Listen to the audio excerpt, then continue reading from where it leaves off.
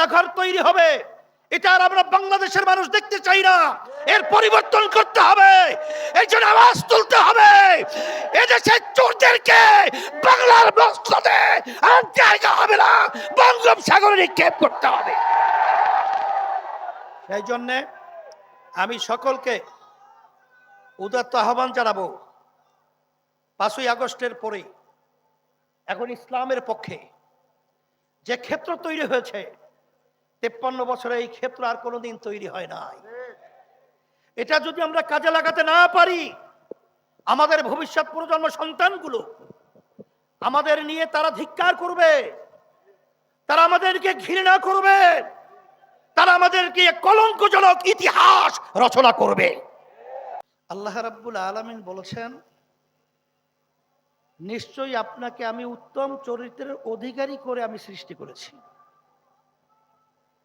আল্লাহ রাসূল সাল্লাল্লাহু আলাইহি ওয়াসাল্লাম কেমন চরিত্রের ছিলেন, কেমন মানুষ ছিলেন, এটা অত ব্যাখ্যা না দিয়ে সংক্ষেপ, অক্সফোর্ড বিশ্ববিদ্যালয়ে দুনিয়ামুখী একটা শিক্ষা প্রতিষ্ঠান উল্লেখযোগ্য। সেখানে বিজাতিরা দুনিয়া সৃষ্টির পরে 100 মনীষীর নাম তারা বই আকারে লিপিবদ্ধ করেছে, নাম রেখেছে দ্য 100। আমি মদিনা শরীফ গেছিলাম, তখন আমাদের ইঞ্জিনিয়ার আব্দুল হাই সাহেব, সে আমাদেরকে দাওয়াত করছিল তার বাসায় যাওয়ার জন্য। আমরা বাসায় যাওয়ার পরে ওই বইটি আমার সামনে নিয়ে আসে, বলতেছিল, হুজুর দেখেন তো বইটার নাম কি। বললাম, বলে দেখেন তো বইটার প্রথম নামটা কার। আমি তখন দেখি বইটার প্রথম নামটাই হলো মুহাম্মদুর রাসূলুল্লাহ সাল্লাল্লাহু আলাইহি ওয়াসাল্লাম। এই নামটা কিন্তু আমরা উলামায়ে কেরাম বা মুসলমানরা নিয়ে আসি নাই, এই নামটা কিন্তু বিজাতিরা তার যে আখলাক এবং তার চরিত্র এবং তার গুণ, এই সব বিবেচনার মাধ্যমে তার নামটা কিন্তু তারা 1 নম্বরে নিয়ে আসতে বাধ্য হয়েছে। আপনারা জানেন, বিজাতিদের ভিতরে আলোচনা হচ্ছিল যে সে একজন মনীষী ঠিক আছে, কিন্তু প্রথম নাম তার নাম না নিয়ে আইসা তার নাম একটু নিচেও তো রাখা যায়। তখন যারা নাকি নামটা প্রথম নিয়ে আসছিল, তখন তারা বলেছিল যে তাইলে তোমরা এমন একটা নাম প্রস্তাব করো যেটা প্রথম নিয়ে আসা যায়। তোরা তামাম দুনিয়া তালাশ করেছে, তন্ন তন্ন করে হন্য হন্য হয়ে তালাশ করার পরেও ওই নামের গুণ বিশিষ্ট মানুষ দ্বিতীয়ত দুনিয়া সৃষ্টির পরে আর দ্বিতীয় পাওয়া যায় নাই। আমরা বিশেষ করে সিরাত সম্মেলন করব। আমি আমাকে বলছি, আমার ছেলেদেরকে বলছি, সমস্ত কালিমা মুসলমানদেরকে বলবো, যদি আল্লাহ রাসূল সাল্লাল্লাহু আলাইহি ওয়াসাল্লামের আখলাক চরিত্র, তার রেখে যাওয়া নিদর্শন যদি আমরা ফলো করতে পারি, তাহলে সেই মানুষটা দুনিয়াতেও সম্মানিত হবে, উত্তম মানুষ হবে, এবং আখিরাতেও সম্মানিত উত্তম মানুষ হিসাবে আল্লাহ রাব্বুল আলামিনের কাছে গণ্য হবে। উত্তম মানুষ হওয়ার জন্য সবচেয়ে বড় কথা হলো এই, আল্লাহ রাব্বুল আলামিন তার রাসূলকে দুনিয়াতে পাঠিয়েছেন কতগুলো কাজ নিয়ে। ইয়াতলু আলাইহিম আয়াতিহি ওয়া ইউযাক্কিহিম ওয়া ইউআল্লিমুহুমুল কিতাবা ওয়াল হিকমাহ ওয়া ইউযাক্কিহিম, এটা কিন্তু আত্মা শুদ্ধি, যেটাকে কলব বলা হয়।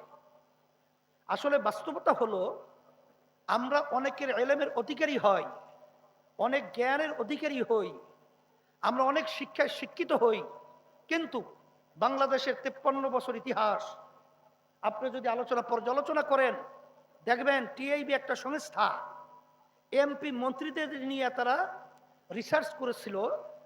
তদন্ত করার পরে তারা তদন্ত ফল প্রকাশ করেছে, 100 জন এমপি মন্ত্রীদের মধ্যে 97 জনের মতো এমপি মন্ত্রী দুর্নীতিগ্রস্ত, অর্থাৎ চোর। 3 জনের ব্যাপারে মন্তব্য করেছে যে তারাও চোর, একটু কম চোর। কথা ঠিক না? এই যে 5ই আগস্ট, জুলাই 24, হাজার হাজার আমার মায়ের কোল যারা খালি করেছে, আমার হাফেজ আলেম ছেলেদেরকে বুকের ভিতরে গুলি করে রাস্তায় ফেলে দিল, এবং প্রায় 2000-এর মতো আমাদের বাংলাদেশের উদীয়মান সন্তানদেরকে, ভবিষ্যৎ প্রজন্ম মেধাবী মেধাবী এদেরকে ধ্বংস করে ফেললো। এই আচরণটা কিন্তু আসলে আত্মশুদ্ধি এবং ভিতরটা ভালো না থাকার কারণেই কিন্তু এই ধরনের আচরণ করতে পেরেছে। কিছুদিন আগে দেখেছেন প্রথম আলো পত্রিকা একটা রিপোর্ট বের হয়েছে, এই সদ্য খুনি ফ্যাসিস্ট আওয়ামী লীগ, হাসিনা বলেছিল হাসিনা পালায় না,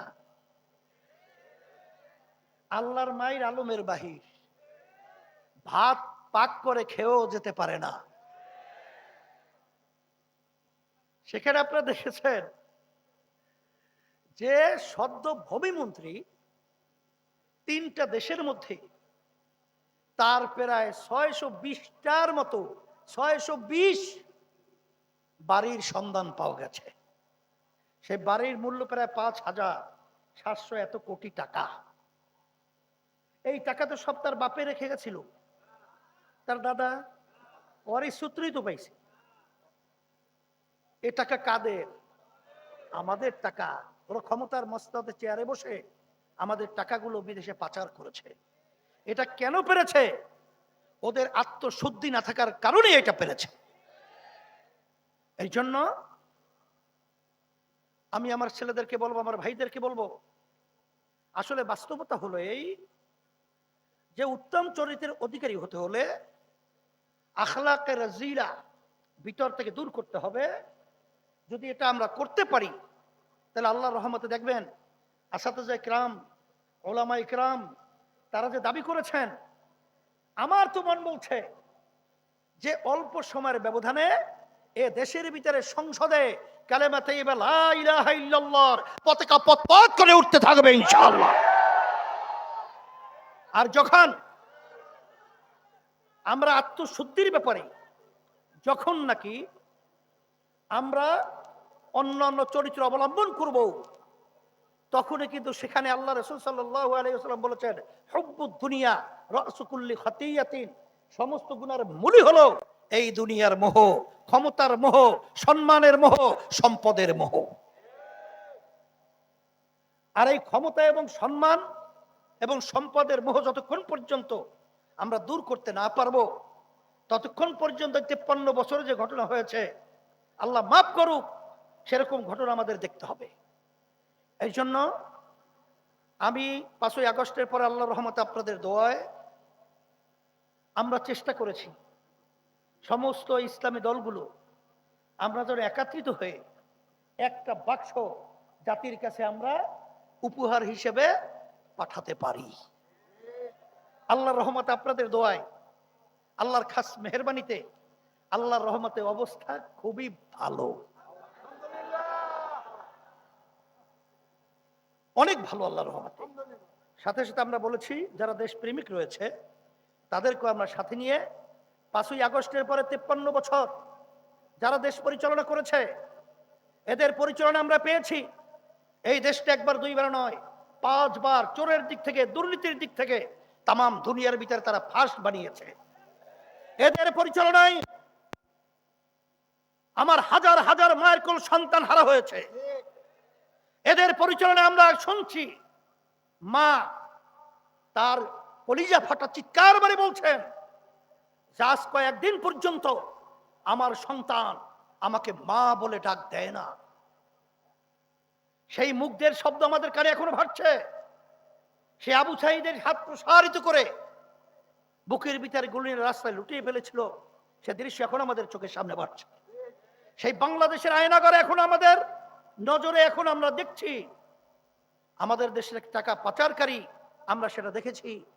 আর এই দেশের মধ্যে বারবার আর সন্তান হারা হবে, মার কাঁদবে আমার সন্তান আমাকে ডাক দেয় না। আর বারবার আমাদের দেশ এরকম 5 বার চোরের দিক থেকে ফার্স্ট হবে, আয়নাঘর তৈরি হবে, এটা আর আমরা বাংলাদেশের মানুষ দেখতে চাই না। এর পরিবর্তন করতে হবে, এই জন্য আওয়াজ তুলতে হবে। এদেশের চোরদেরকে বাংলার মসজিদে আর জায়গা হবে না, বঙ্গোপসাগরে নিক্ষেপ করতে হবে। সেই জন্য আমি সকলকে উদাত্ত আহ্বান জানাবো, 5ই আগস্টের পরে এখন ইসলামের পক্ষে যে ক্ষেত্র তৈরি হয়েছে, 53 বছরে এই ক্ষেত্র আর কোনোদিন তৈরি হয় নাই। এটা যদি আমরা কাজে লাগাতে না পারি, আমাদের ভবিষ্যৎ প্রজন্ম সন্তানগুলো আমাদের নিয়ে তারা ধিক্কার করবে, তারা আমাদেরকে ঘৃণা করবে, তারা আমাদেরকে কলঙ্কজনক ইতিহাস রচনা করবে। এই জন্য আমি সকল পূজার আহ্বান জানাচ্ছি, আসেন। মাঠ উর্বর রয়েছে, অবস্থা আমি আল্লাহর রহমতে খুব ভালো দেখছি। তবে ওই কথা সবসময় মনে রাখেন, কবি বলেছেন, ফাসাও ফাতারব ইদিন কাশাফাল গুবারো আফারাসুন তাহতার জল কাম হেমারো। এই কথা আমাদের মনে রাখা, তারপর আমাদের সামনে যদি পথ চলতে পারি, আল্লাহর ফজল করমে আমার মন বলছে, আমি যেটা আল্লাহর রহমতে দেখছি। আমি সেদিন চুয়াডাঙ্গা আলোচনা করতে গিয়ে তখন আমার হঠাৎ মুখ থেকে বের হয়ে আসছিল যে আল্লাহ রাব্বুল আলামিন এক জালেম, এক খুনি, এক এই কিনা গুমি এবং আয়নাগার তৈরিকারী আল্লাহ আমাদের দেশ থেকে তাড়িয়েছেন। সেখান থেকে আবার নতুন চাঁদাবাজ, টেন্ডারবাজ, স্টেশন দখল এবং ঘাট দখল এবং বিভিন্ন বিদেশের তাবেদারি, এক দেশে বৃষ্টি বলে আর এক দেশের ছাতি ধরে, সেই দেশের এই বাংলার মসজিদের মধ্যে ওরা আল্লাহর ফজল করবে বসতে পারবে না, দেওয়া যাবে না। ওদেরকে বাংলার জমি থেকে উৎখাত করতে হবে ইনশাআল্লাহ। এই আশাবাদ ব্যক্ত করছি। আজকে সিরাত মাহফিল সম্মেলন আল্লাহ রাব্বুল আলামিন কবুল করে নেক, আল্লাহ রাব্বুল আলামিন বরকত দান করুক। আমি দোয়া চাই, আপনাদের জন্য দোয়া করি, আল্লাহ যেন আমাদের সবাইকে একাকার হয়ে ইসলামের পক্ষে, দেশের পক্ষে, মানবতার কল্যাণের পক্ষে এবং সিরাত নবী সাল্লাল্লাহু আলাইহি ওয়াসাল্লামের আদর্শে আদর্শবান হয়ে আমাদের জীবন গঠন করতে পারি। আল্লাহ আমাকে আমাদের সকলকে তৌফিক দান করুক।